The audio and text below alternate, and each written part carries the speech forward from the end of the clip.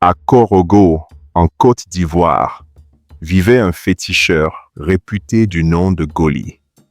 Ce vieil homme, connu pour son regard perçant et sa voix grave, attirait des visiteurs de tout le pays. Son sanctuaire, situé dans une forêt dense en périphérie de la ville, était un lieu sombre et inquiétant, rempli de crânes, de statues sculptées et d'amulettes mystérieuses. Goli prétendait résoudre tous les problèmes. Maladie, stérilité, amour et surtout la richesse. Mais Goli avait un terrible secret, un pacte qu'il avait passé il y a de nombreuses années avec des esprits du serpent. En échange de ses pouvoirs et de sa richesse, son corps portait une malédiction. Son pénis pouvait se transformer en un serpent vivant lorsqu'il couchait avec des femmes.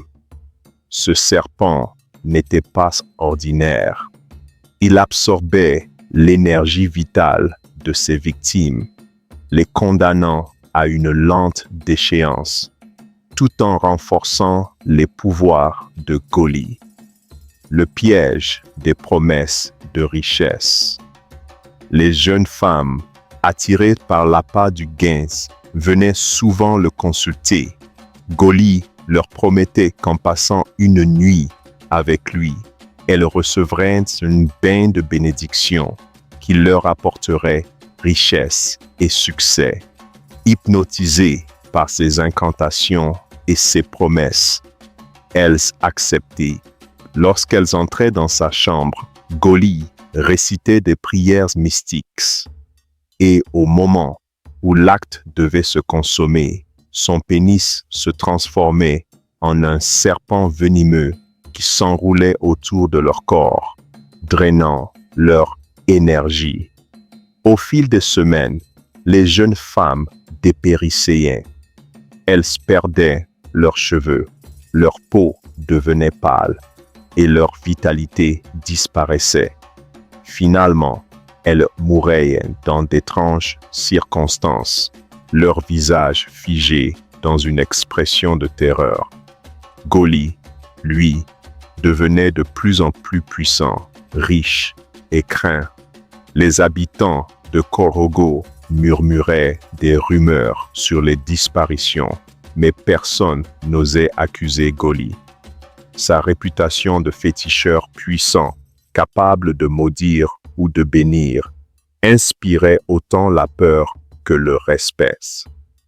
Un soir, une femme d'une beauté extraordinaire se présenta à son sanctuaire. Elle s'appelait Adjoa et tout chez elle semblait irréel. Sa peau luisait comme la lumière de la lune. Ses yeux semblaient percer l'âme et sa voix résonnait doucement, comme un chant. Elle demanda à Goli de l'aider à devenir immensément riche, affirmant qu'elle était prête à tout. Goli, séduit par sa beauté et avide de son énergie, accepta immédiatement. Il la conduisit dans sa case et prépara ses rituels habituels. Mais dès qu'il commença ses incantations, une sensation étrange le traversa. La femme souriait, mais son sourire semblait cacher quelque chose de sinistre. Lorsqu'il tenta de l'approcher, son corps commença à se transformer. Comme à chaque fois, son pénis devint un serpent. Mais cette fois, le serpent se retourna contre lui. La créature, au lieu de s'attaquer à Adjoa, s'enroula autour de Goli, serrant de plus en plus fort. Goli criait, implorant le serpent d'arrêter, mais la femme restait impassible. Adjoa révéla alors sa vraie nature. Elle n'était pas une simple humaine, mais un esprit envoyé pour punir Goli. Tu as détruit des vies innocentes pour ta soif de pouvoir. Aujourd'hui, tu goûteras à ta propre malédiction. Le serpent, devenu immense, ouvrit une gueule béante et avala Goli tout entier. Il ne resta de lui qu'un silence terrifiant et une odeur de soufre. Après la disparition de Goli, les jeunes filles de Korhogo furent libérées des cauchemars et des malédictions qu'il leur avait imposées. Son sanctuaire fut abandonné et les habitants jurèrent de ne plus jamais approcher ceux qui promettaient richesse ou pouvoir par des moyens occultes. Cette histoire rappelle que les raccourcis vers la richesse et le pouvoir, surtout lorsqu'ils impliquent des pratiques occultes, mènent toujours à la destruction. La vie, l'énergie et la dignité humaine ne doivent jamais être sacrifiées pour des désirs égoïstes.